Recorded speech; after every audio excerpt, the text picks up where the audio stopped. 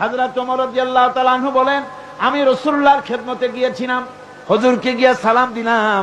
আল্লাহর নবী শোয়া ছিলেন, তিনি উঠে যখন বসলেন, আমি দেখতে পেলাম নবীজি যে শোয়া ছিলেন তা ছিল দড়ি দিয়ে বুনানো একটা খাটিয়া, ওই খাটিয়ার উপরে শোয়া ছিলেন।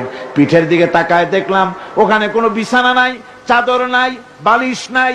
এমন জায়গায় রাসূলুল্লাহ হাত মোবারক মাথার তলে দিয়া দড়ির উপরে শোয়া ছিলেন, দড়ির বুনানো খাটিয়া। আজও মক্কা মদিনায় রাস্তায় রাস্তায় দেখা যায় খাটিয়াগুলা, এর উপরে হুজুর শোয়া।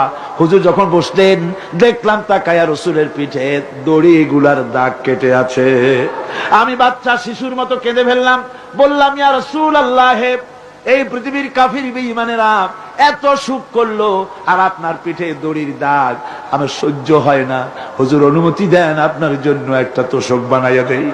রাসূল আমার বলেন, ওমর রে, এই পৃথিবীতে আমি সুখ করতে আসি নাই, শান্তি করতে আসি নাই, আমি এই পৃথিবীতে এসেছি মানবতার মুক্তির জন্য।